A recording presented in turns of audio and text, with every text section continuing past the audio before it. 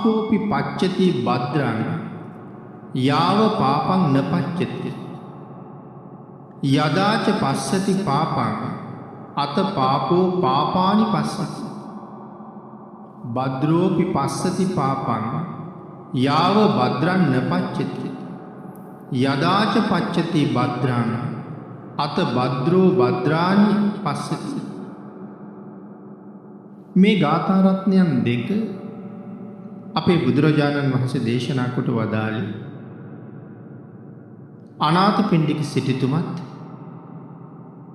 සිටුතුමාගේ මාලිගාවේ හතරවෙනි වාහල්කඩේ අරක්ගත්ත දෙව්දුවත් අරමුණු කරගෙන තමයි දේශනා කොට වදාළේ.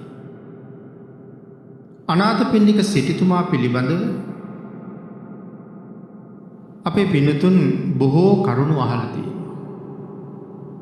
මේ ශාසනයේ අපේ බුදුරජාණන් වහන්සේගේ ගිහි අග්‍ර උපස්ථායක හැටියට කටයුතු කරන්න යෙදුණා.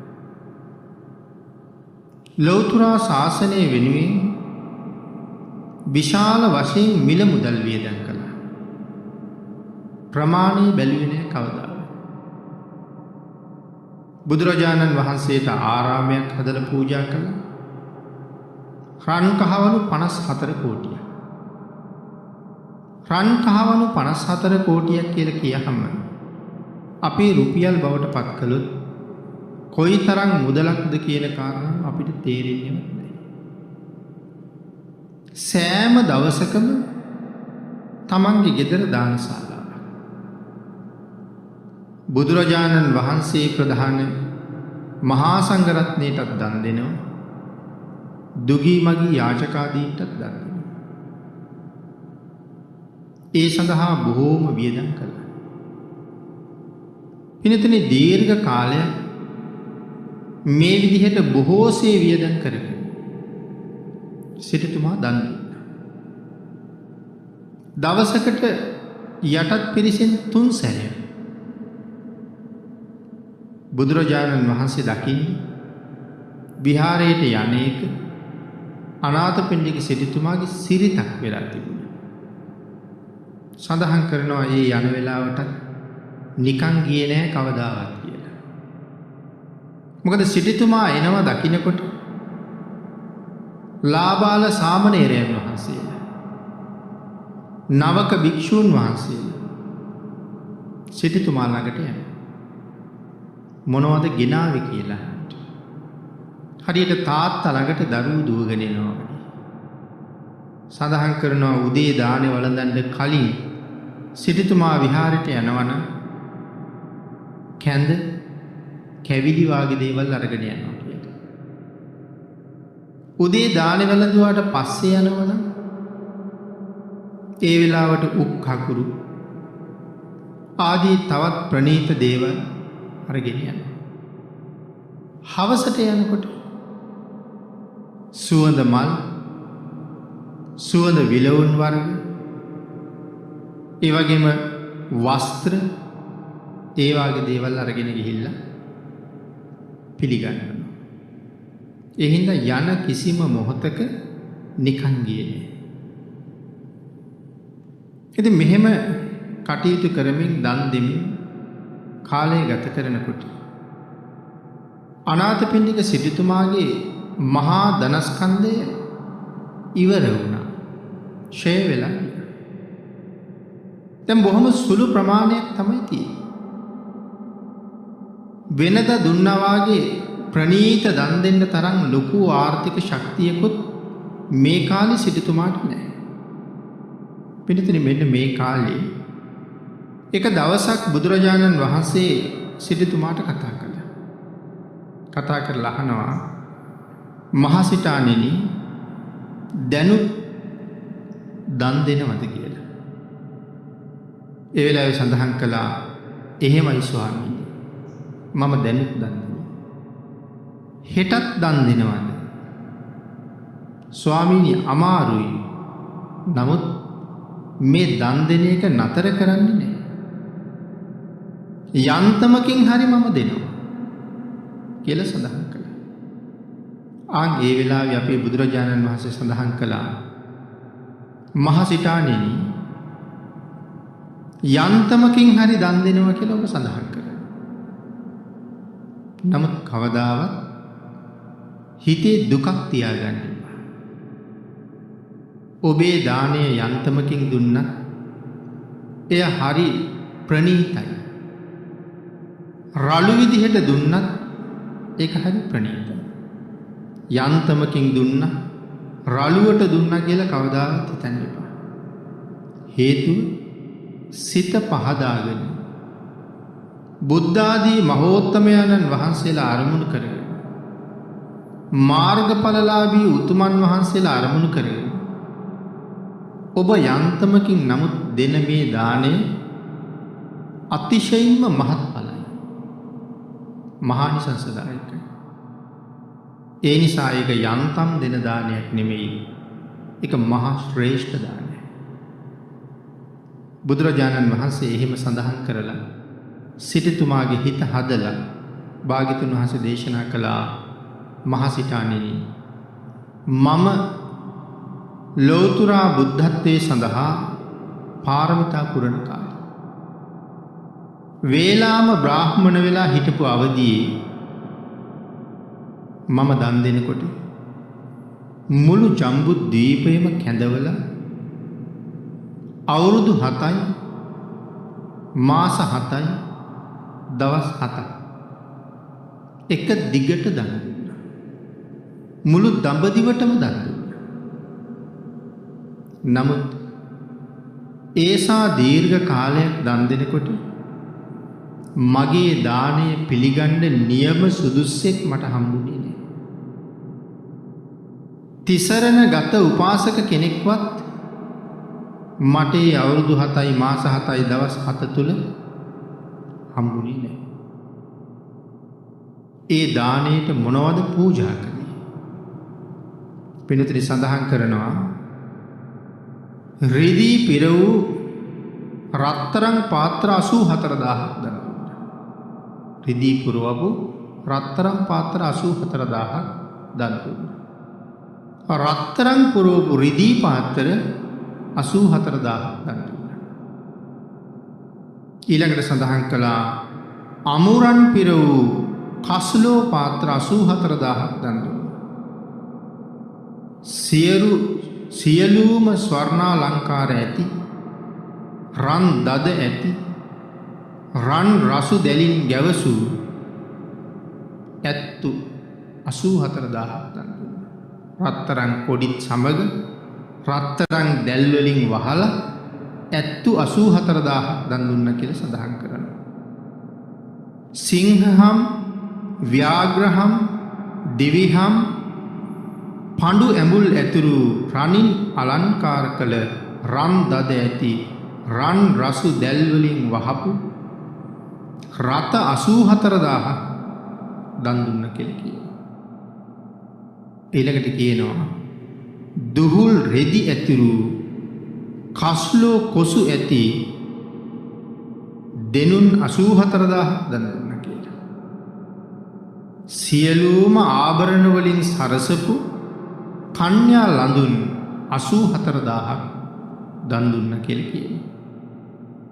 කොඳු පළස් සුදු ඇතිරි ඝන එළුලම් ආදීන් සැකසූ ඝන පුක් එළුලම් ආදී ඇතුළු කෙසෙල් මුවසමින් කළ උතුම් පසතුරුණු ඇති උඩුවියන් සහිත නොයෙක් ආකාරයෙන් සරසූ 84000ක් පළස් දන් දුන්නා කියලා සඳහන් කරනවා. සියුම් කොමුපිලි, කෝසෙය්‍ය පිලි, කම්බිලි, කපුපිලි කෝටි 84000ක් වස්ත්‍ර දන් දුන්නා කියලා කියනවා. එදා තිබිච්ච උසස්ම වස්ත්‍ර ගැන මේ කියන්නේ. කොමුපිලි, පටපිලි, කෝසෙය්‍ය පිලි ඒ කාලේ තිබිච්ච ඊටාම උසස් වස්ත්‍ර. සඳහන් කරනවා කොච්චරක් දන් දුන්නද ආන් එවන් වස්ත්‍ර කෝටි 84000ක් දන් දුන්නා කියලා. ඊළඟට නැවතත් සඳහන් කරනවා ගංගාවල් මෙන් ගලාගෙන යනවා ආහාර පාන. කෑව යුතු දේවල්, බීව යුතු දේවල්, කාද්‍ය බෝධ්‍ය, මෙතන ලෙය්‍ය කියලා වචනයක් තියෙනවා. මේ ලෙව කාලා රස බලන දේවල් ලෙය්‍ය කියලා කියන්නේ. ඊළඟට පෙය්‍ය කියලා සඳහන් කරන්නේ අපි අර සූප්පු කරනවා උරා බොනවා වගේ කියන දේවල්. ආන් ඒ වගේ නොයෙක් ආහාර ගංගා ගලනවා වගේ ඇති තරම් ඕන කෙනෙකුට මදින්නේ. මං එහෙම දන් දුන්නා මහරජා. නමුත් මට එක තිසරණ ගත උපාසකයෙක්වත් හම්බ වුණේ නෑ මගේ දානෙ දෙන්න. එතකොට ඒ දුන්න දාණයට වඩා 7 අවුරුදු 7 මාසයයි 7 දවසක් දුන්න මේ දාණයට වඩා එක සෝවාන් වහන්සේ නමක් වැළඳවීම ඉතාම මහත්ඵලයි. එක සෝවාන් වහන්සේ නමකට එක වේලක් දෙන දාණය අර මහා දාණයට වඩා මහත්ඵලයි. එහෙමනම් මහසිතාණෙනි දුකට නම් පත් වෙන්න එපා. යන්තමින් දෙනවා කියලා කීවට රළු විදිහට දෙනවා කියලා කීවට ඔබ කාටද දන් දෙන්නේ? බුද්ධ ආදී ආර්ය උත්තමයන් වහන්සේලාට දන් දෙන්න. ඒ නිසා ඒ දානේ සුළු බවක් නම් ඇත්තේම නෑ. අල්ප බවක් නම් ඇත්තේම නෑ. සිත පහදවාගෙන ඔබේ දානේ ඒ විදිහටම පූජා කරන්න. සිටුතුමාගේ සිත සනසවලා නමුත් මේ දානේ ආනිසංස පැහැදිලි කළා. පින්නතුනි මෙන්න මේ කාලේ සිතානන්ගේ මාලිගාවේ 4 වෙනි දොරටුවේ එක දිව්‍යාංගනාවක් ඉන්නවා. ඒ කියන්නේ 5 වෙනි දොරටුවේ පළවෙනි දොරටුවෙත් ඉන්නේ. දෙවෙනි දොරටුවේ 3 වෙනි දොරටුවෙත් ඉන්නේ. මේ කතා කරන්නේ 4 වෙනි දොරටුවේ හිටපු දිව්‍යාංගනාව ගැන. මේ දිව්‍යාංගනාව කල්පනා කළා සිතානෝ හැමදාම දන් දුන්නා. සිතානන්ට හොඳට ධනෙ තියෙන කාලේ අපේ වචන අහන්නේ නැහැ. නමුත් දැන් හොඳටම දුප්පත්. සිටුතුමාට අවවාදයක් කරන්න හොඳම කාලේ. මොකද මේ බුදුරජාණන් වහන්සේ ඇතුළු ආර්යයන් වහන්සේලා මේ මාලිගාවට නිතරම වඩිනවා. ඒ වඩිනකොට මේ ආරක්ෂක දෙවිවරුන්ට තමන් ඉන්න තැන්වල පහසුවෙන් ඉන්න බෑ. මොකද මහා ගුණ කදම්බයන්ගේ තියෙන තේජස නිසා උන්වහන්සේලා වැඩම කරලා මාලිගාව ඇතුලේ පහළ ආසනවල වැඩ හිටියාම ඉහළට වෙලා ඉන්න බෑනේ. ඉතින් ඒ නිසා කොහාට හරි අයින් වෙන්න වෙනවා. ඉතින් ඒක හැමදාම කරදරයක්නේ. නමුත් සිටුතුමාට මේක ඒ කාලේ කීවට සිටුතුමා කවදාවත් ඒක හිතන්නේ නැහැ. දැන් හොඳම කාලේ. පිළිතුරේ අපිට වුණත් එහෙම.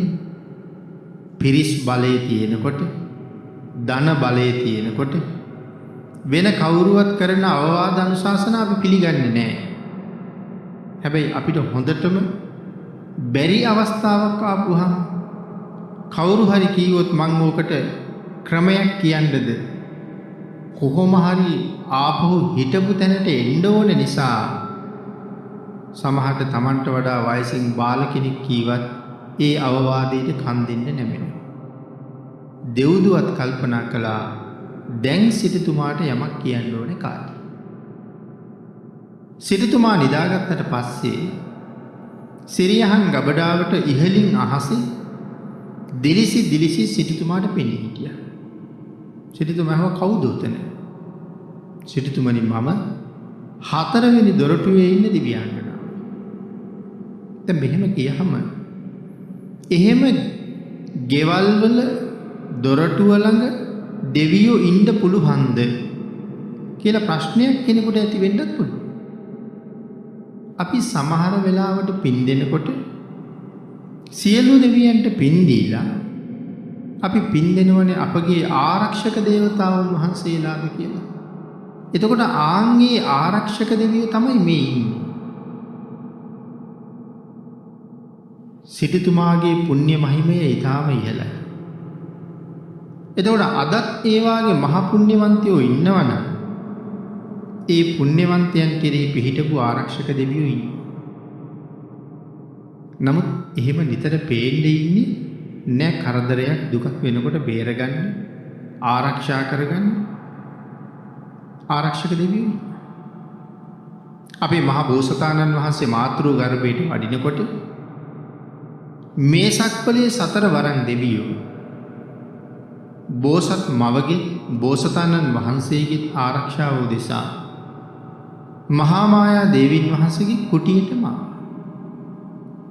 ඉතින් ඒ ඊටාම ප්‍රබල දෙවියෝ සතර වරන් දෙවියෝ කියලා කියන්නේ එක්කෙනෙක් යටතේ පාලනය වෙන පිරිස කෝටි ලක්ෂයක්.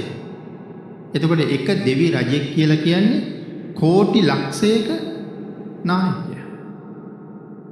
නමුත් බෝසතාණන් වහන්සේගේ ආරක්ෂාවට එන්නේ ඒ නායකයාගේ සේවකයෝ නෙමෙයි කෙලින්ම මහරජුරුමයි හතර දෙනාම. මේ සක්වලේ සතර වරන් දෙවියෝ කුටියටම ඇවිල්ලා ආරක්ෂාව සලසනකොට සඳහන් කරනවා 10000ක් සක්වලේ 40000ක් සතර වරන් දෙවිවරු එක දිගට කඩු අරගෙන ආරක්ෂාව සැලසුවා කියලා. ඒ මහ බෝසතාණන් වහන්සේගේ තියෙන අසීමාන්තික පුණ්‍ය මහිම. එහෙනම් තවත් පුණ්‍යවන්තයන්ගේ ආරක්ෂක දෙවියෝ ඉන්නවා. අපි ওই ධර්ම දේශනා අහනකොට සේතච්ඡත්‍රයේ හිටපු දෙවියෝ ගැන එහෙම නොයෙක් තැන්වල අහනවා. ඒ පුණ්‍යවන්තයන්ගේ ආරක්ෂක දෙවියෝ. එහෙම දිව්‍යාංගනාවක් තමයි මේ කතා කරන්නේ. කතා කරලා අහනවා සිටුතුමනි මම අහවල් දොරටුවේ ඉන්න ආරක්ෂක දෙවන දිව්‍යාංගනාව. සිටුතුමා අහනවා මොකටද මෙහාට ආවේ කියලා. මෙතෙන්ට ආවේ මොකටද? ඒ වෙලාවේ සඳහන් කරනවා ඔබට අවවාදයක් දෙන්න. හොඳයි කියලා කිව්වා. දැන් දිව්‍යාංගනාව කියනවා මහසිතාණෙනි ඔබ මෙතෙක්කල් ඉදිරිය බලන්නේ නැතුවම දන් දුන්නා. වියදම් වෙන ප්‍රමාණය කොච්චරද කියලා හිතුවේ නෑ. සමහර දවසක ආදායමට වඩා ඔබ වියදම් කරා. දැන් ඔබ ඊටාම දුක්ඛිත තත්ත්වයකට පත් වෙලා. ශ්‍රමණ බවත් ගෞතමයන් වහන්සේ ඇතුළු ඒ මහා සංඝරත්නයට දන් දෙනකොට ඔබට සීමාවක් තිබෙන්නේ. නමුත් දන් දීලා මොනවද හම්බුනේ කියලා. මොකද්ද ලැබිච්ච ඵලය කියලා. කොයි ලබාපු දියුණුව කියලා. නමුත් ඔබ ඒ කරපු අඥාන වැඩේ තාමත් කරන බවයි පේන්නේ. දැන්වත් ශ්‍රමණ බවත් ගෞතමයන් වහන්සේ ඇතුළු ඒ සංඝයාට දන් දෙන එක නතර කරලා ඒ දන් දෙන්න වියදම් කරන මුදල ධනය උපයන වෙන වැඩපිළිවෙලකට යොමු කළොත් නරකද කියලා. ඇය බලාපොරොත්තු වෙන්නේ මේ වෙලාවේ හරි මේ සංඝයා වඩින එක නවත්ත ගන්න. ඒ Tamanට පහසුවෙන් ඉන්නේ. ඒ වෙලාවේ සිටුතුමා කතා කරලා අහනවා මට ඕකද දෙනවා කියපු අවවාදේ කියලා. ඔව් කිව්වා. කරුණා කරලා මේ මාලිගාවේ ඉන්න සුදුසු නෑ ඔබ. වහාම මගේ මාලිගාවෙන්ම පිට වෙලා යන්න.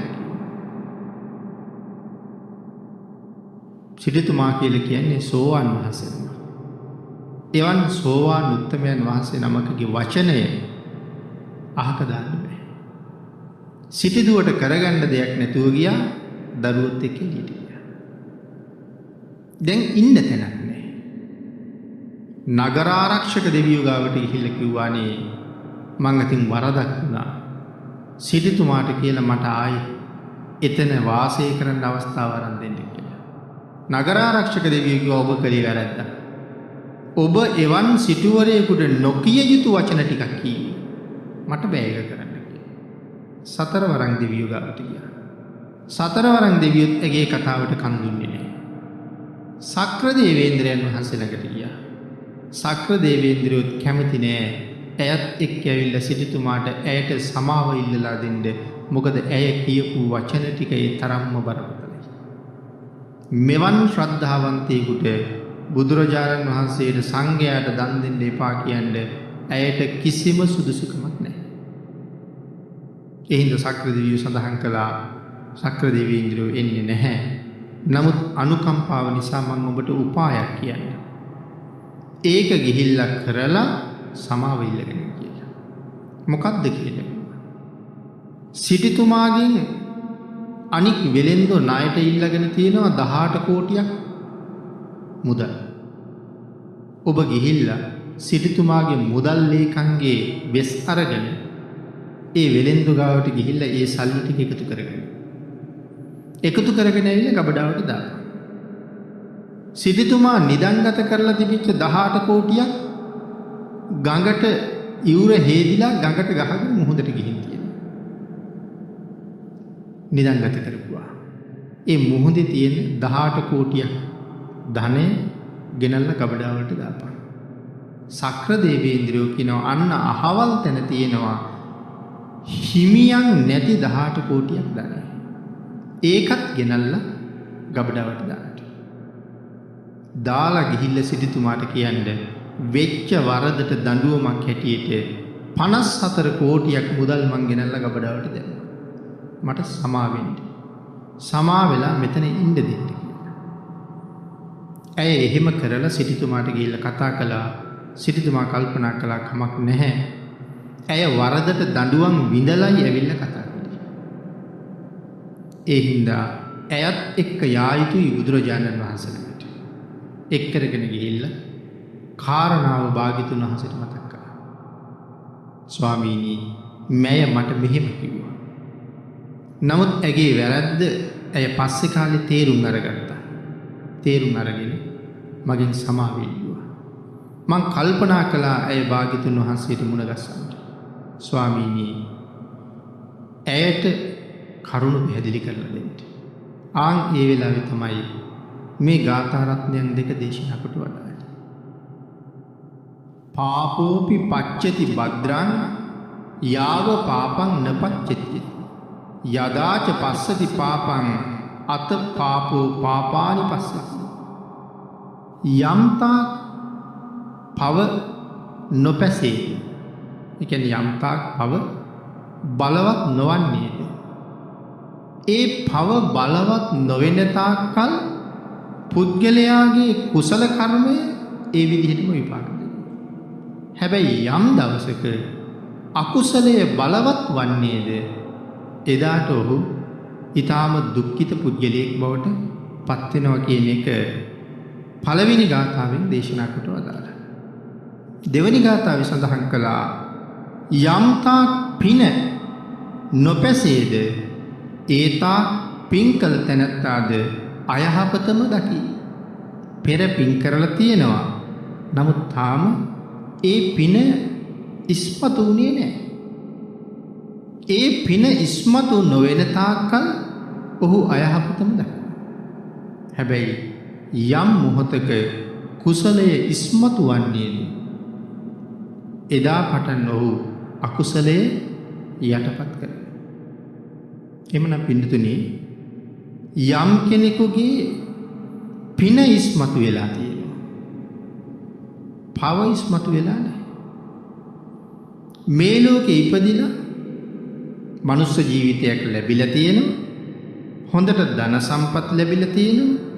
දැසි දස්සු හම්බ වෙලා තියෙනවා. මාලිගාවල් වාගේ ගෙවල් තියෙනවා. සැප පහසු යාන වාහන තියෙනවා. දැන් මේ ඔක්කොම මොනවද? පෙර කරපු කුසල කර්මය ඉස්මතු වෙලා විපාක. හැබැයි ඕන් මේ කාලේ පින් කරන්නේ නැහැ. නොයේ නොකට යුතුයකම් කරනවා. අකට යුත්තෙන් තව ධනය හම්බ කරනවා. පස්කම් සැපේ වෙනුවෙන් සමහර අය රාරක්ක පිරෙනවා. සමහර අය කුඩු වාගේ දේවල් විකුණනවා. සමහර අය නොයේ වංචනික ක්‍රියාවල යෙදිලා ඉන්නවා.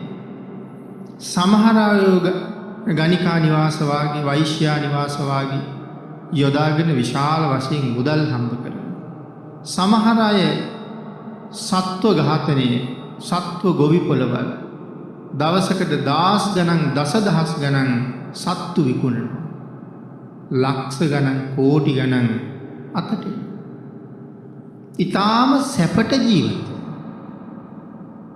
එතකොට ඔහුට ඉස්මතු වෙලා තියෙන්නේ මොකක්ද? පෙර කරන ලද කුසල කර්මය ඉස්මතු වෙලා තියෙන්නේ. යම් දවසක ඔහු කරන අකුසල කර්මය ඉස්මතු වෙන්න පටන් ගන්නේද මේ මහා ව්‍යාපාර බලාගෙන ඉන්නකොට කඩා වැටෙනවා. දවසින් දවස පාඩු ලබන්න පටන් ගන්නවා. එන්න පුද්ගලයා පහත් තත්ත්වයට වැටෙනවා. ඉඩ කඩන් විකුණන, යාන වාහන විකුණන, කඩසාප්පු විකුණනවා. අන්තිමට ජීවත් වෙන ගේ කෑල්ලට විතරක් ඔහු සීමා වෙනවා. සමහර වෙලාවට යන්න පරණ වාහනයක් විතරක් ඉතුරු වෙලා තියෙනවා. තවත් පව වැඩි වෙච්ච නිසා සමහරු අය ඒ ජීවත් වෙන ගෙදර ජීවත් වුණාට සමහර වෙලාවට ගෙදරත් බැංකුවකටවත් උකස් තියලා මුදලක් අරගෙන ව්‍යාපාර වලට වෙච්ච ණය ගෙවනවා. එහෙම කඩා වැටෙන ජීවිතත් අපේ සමාජයේ අපි දකිනවා. සැප විඳින්නේ අකුසලයේ වුන් දාලා ගිහිල්ලා නැහැ. අපි සමහර වෙලාවට එහෙම අය දැක්කහම අපි කියනවා මේ මිනිස්සු මොන තරම් පව් කරනවද? පව්කාර ව්‍යාපාර කොච්චරනම් කරගෙන යනවද? නමුත් මේ මිනිස්සුන්ට දවසින් දවස හරියනවා. මල පිපෙනවා වාගේ වුන් දවසින් දවස සැපයෙන් සැපයට යනවනේ. නමුත් හොඳට සිල් ගුණ ආරක්ෂා කරගෙන මිනිස්සුන්ගේ හොඳ හිත රැකගෙන බොහොම ධාර්මිකව සාධාරණව කටයුතු කරන අපිට මේ තරම් කරදර. එහෙම හිතලා සමහර කෙනෙක් මේ ඔක්කොම දාලා ධර්මයට. ඇයි අපිට මේ තරම් කරදර? මනුස්ස ජීවිතයක් ලබලා දීලා තිබුණට ඉස්මතු වෙලා තියෙන්නේ පෙර කරපු අකුසල සමුදාය. හැබැයි අපි දකිනවා කලක යාචකයෙක් වගේ හිටපු කෙනෙක්. ඊටාම සුළුවෙන් ජීවත් වෙච්ච කෙනෙක්. පස්සේ කාලේ මහ කෝටිපතියෙක් වෙලා. ලොකු ව්‍යාපාරිකයෙක් වෙලා. අපි සමාජේ කතා කරනවා මහා ධනවතුන්ගේ අතීතය හොයලා බලහම පුදුම විදිහට දුක් විඳලා ඔතෙන්ට ආපු කෙනෙක් කියලා. මොකද අකුසලයේ නිසා දුක් විඳ හිටියා. හදිසියෙම පෙර කුසල කර්මයක් ඉස්මතු වෙච්ච ගමන්ම ඒ දුක්ඛිත ජීවිතයේ පසෙක තියලා යම් ව්‍යාපාරයක්ද කරන්නේ. ඊටාම පහ ව්‍යාපාර කියන්නේ සුළු ව්‍යාපාරයක් කරන්නේ. නමුත් ඒ සුළු ව්‍යාපාරයත් ඔහුට හිටි ගමන් මහා ලාභ ලබලා දෙන ව්‍යාපාරයක් බවට පත් වෙනවා. ඒ කුසලයේ ඉස්මතු වීමේ හැටි. එහෙනම් සංසාරේ කරගත් කුසල කරගත් අකුසල ඔබ අපි හැම කෙනා තුළම තියෙනවා. අපි කවුරුවත් මේ සංසාරේ පින් කර ආපු අය නෙමෙයි. කුසල් අකුසල් දෙකම කලවමේ කරලා තියෙනවා. සමහර කාලවල කුසල් විපාක දෙනවා. සමහර කාලවල අකුසල් විපාක දෙනවා. කුසල් විපාක දෙන කාලෙට ඊටාම සතුටින් ජීවිත ගෙවෙනවා. අකුසල් විපාක දෙන කාලෙට මානසික සිත් ඇවුල් පිරීලා ව්‍යාපාර කඩා වැටිලා සේවක සේවිකාවෝ දාලා ගිහිල්ලා දරු මල්ලන්ගෙන් බැනුම් අහනවා. ස්වාමි භාර්යාවන්ගෙන් ගුටි කනවා. ඊටාම දුක්ඛිත ජීවිත ගත කරනවා. මේකෙන් සංසාරේ දෝලණය වෙන හැටි. අපිට අද කුසලයේ විපාක දීලා බොහොම සැපට ජීවත් වෙන කාලේ අපි ළඟ වැඩ කරන සේවක සේවිකාවන්ට අපි හරියට තාඩන පීඩන කරනවා. ඔවුන් තලලා පෙළලා ඔවුන්ගෙන් වැඩ ගන්නවා. වෙලාවට වඩා වැඩියෙන් ඔවුන් තියාගෙන වැඩ කරනවා. නමුත් ඒ අතිරේකව අරගන්න වැඩවලට අතිරේක ගෙවීමක් නැහැ. සමහර වෙලාවට කීයක් හරි වැඩිපුර ඉල්ලන්නාම නොයේ බලය යොදාගෙන ඒ අයට පහර දෙන අවස්ථා අපි ජීවත් වෙන සමාජෙත් ඕන තරම් දකිනවා. හැබැයි කුසලය ඉස්මතු වෙලා තියෙන නිසා ඔවුන් ඒ කොව්ව කළත් විපාක දෙන්නේ නැහැ. ඒ කුසලයක් ඉස්මතු වෙලා තියෙනවා. හැබැයි අද නොහිතා කරන මේ හැම අකටයුත්තක්ම දවසක අනිවාර්යෙන් විඳවන්න සිද්ධ වෙනවා. කියන කාරණාව තමයි භාග්‍යවතුන් වහන්සේ මෙතන මේ විශේෂයෙන් පැහැදිලි කරලා දෙන්නේ. අන්ත සදාහන් කළා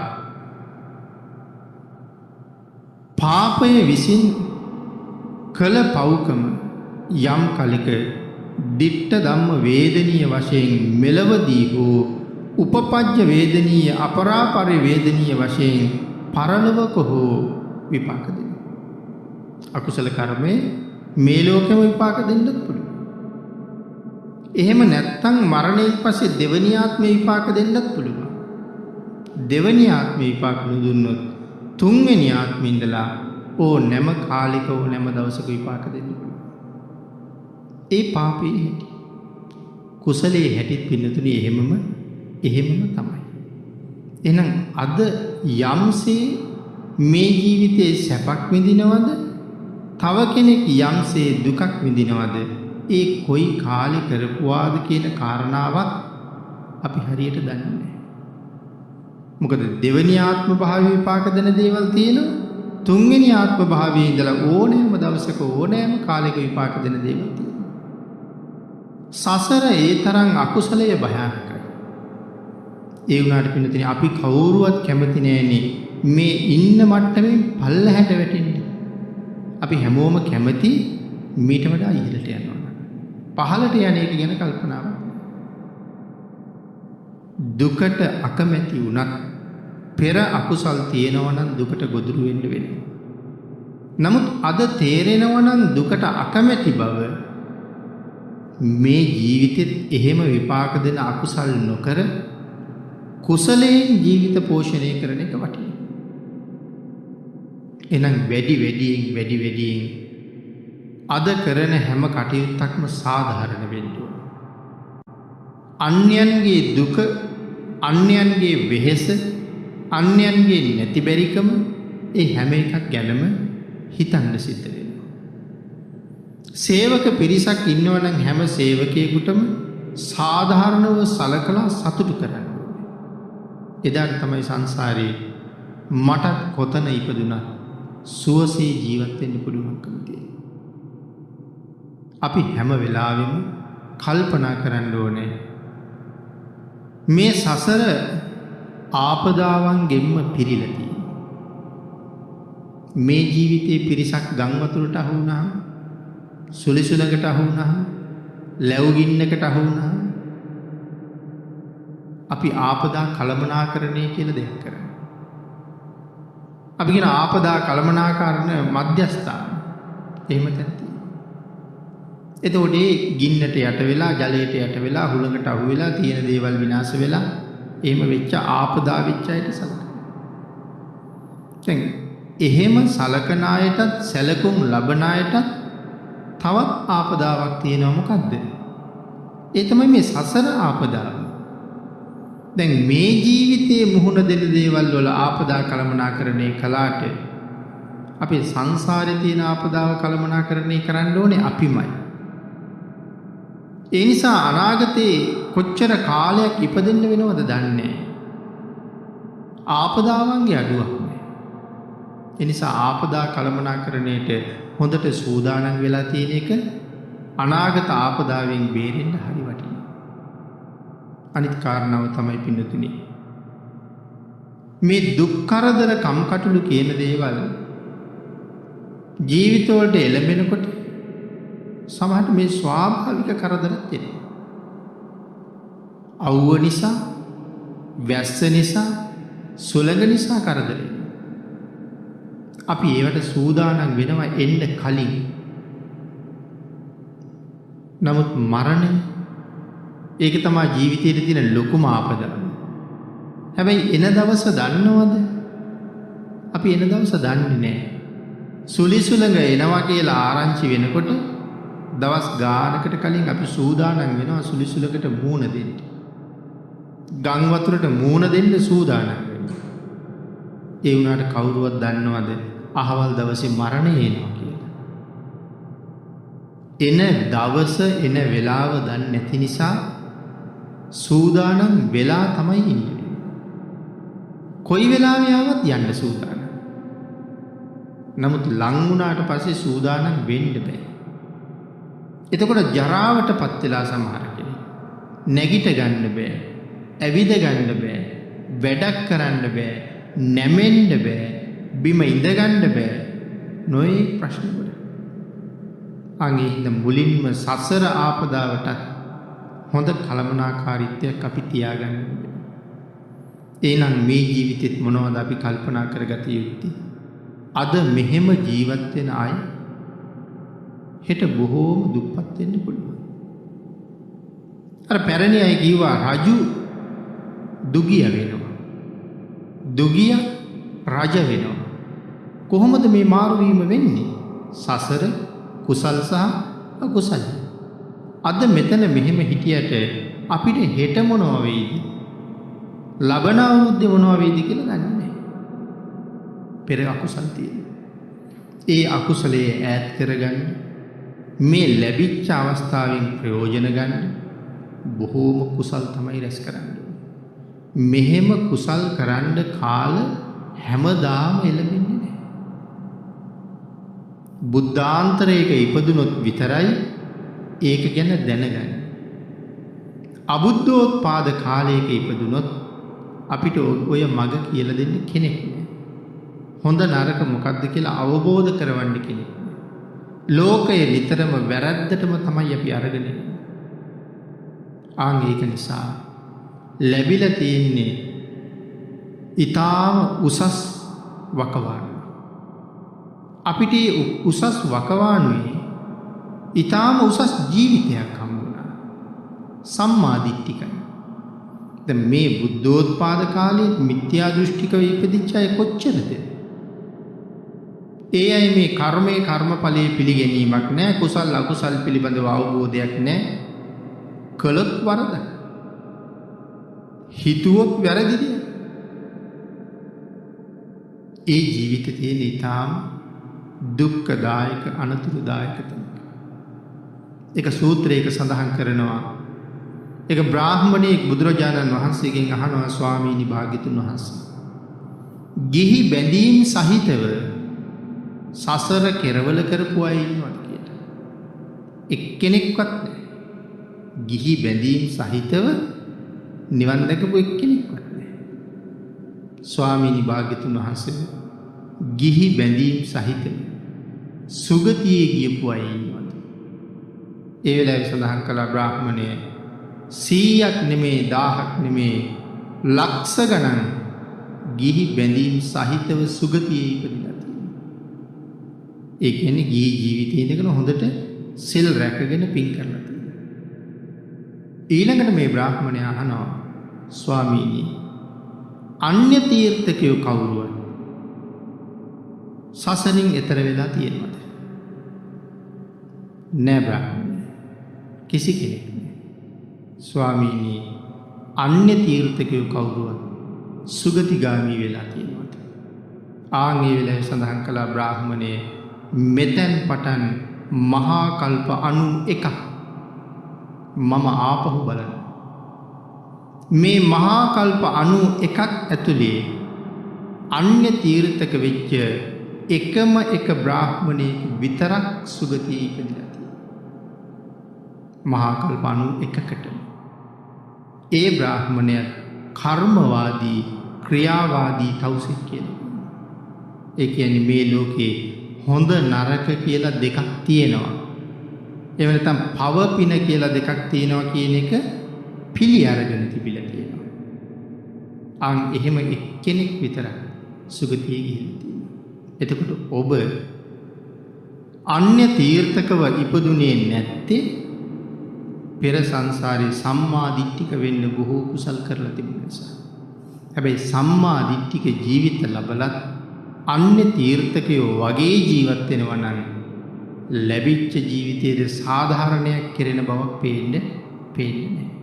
එහෙනම් අනාථපිණ්ඩික සිටුතුමාගේ පෙර කරපු අකුසල ධර්මයන් විපාක දුන්න නිසා යම් ප්‍රමාණයක් වූ මහා ධනස්කන්ධය කෙටි කාලයකට ෂේ වෙලා ගියා.